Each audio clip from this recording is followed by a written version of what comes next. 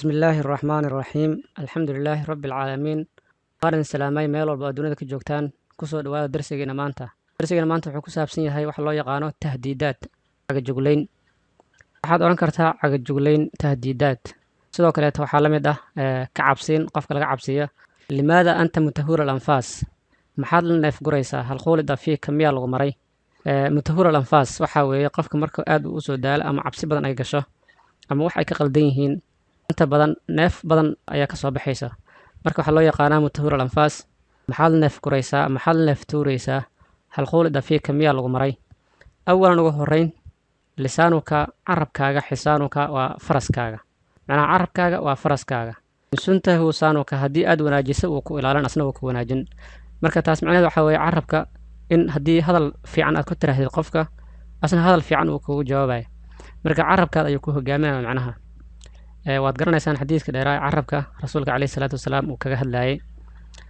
wuxuu yidhi marka kan kaleeta fa min al-axraa waxaa habboon fa min al-axsan waad oran kartaa waxaa wanaagsan ama waxaa habboon an takhlaca inaad iska siibtid ridaa alkibri go' kibirka ama huga kibirka min nafsika naftaad inaad ka siibtid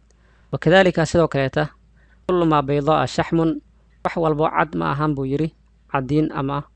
wax walbo cad ma ahan caddiin ma ahan walaa kullu sawdaa tamrun wax walba oo madowna timir ma ahan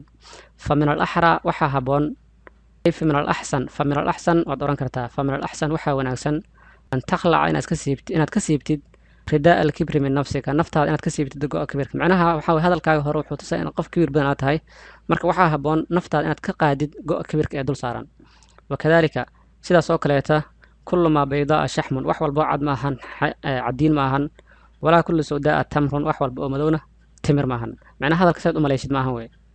wuxuu yidhi khalil washwasha warka badan dhaaf khalli dhaaf alwashwasha warka badan dhaaf hal bimaqduurika ma awoodaa an nataxaawar inaan ka sheekaysano mowduuc xawla almuqaasala ku saabsan shukaansiga khalil washwasha warka badan dhaaf hal bimaqduurika ma awoodaa ay hal tastadiic ma awoodaa an nataxaawar in aanu ka sheekaysano mowduuc xawla almuqaasala shukaansi ku saabsan liqilati alwaqti waqtiga oo yar awgii naltaqi waxaanu kulmi doonaa maratan thaaniya mar labaad maca hada barnaamijkan liqilati alwaqti waqtiga oo yar awgii naltaqi waxaanu kulmi doonaa maratan thaaniya mar labaad maca hada barnaamijkan halkaas ayuu noogu joogay casharkeena maanta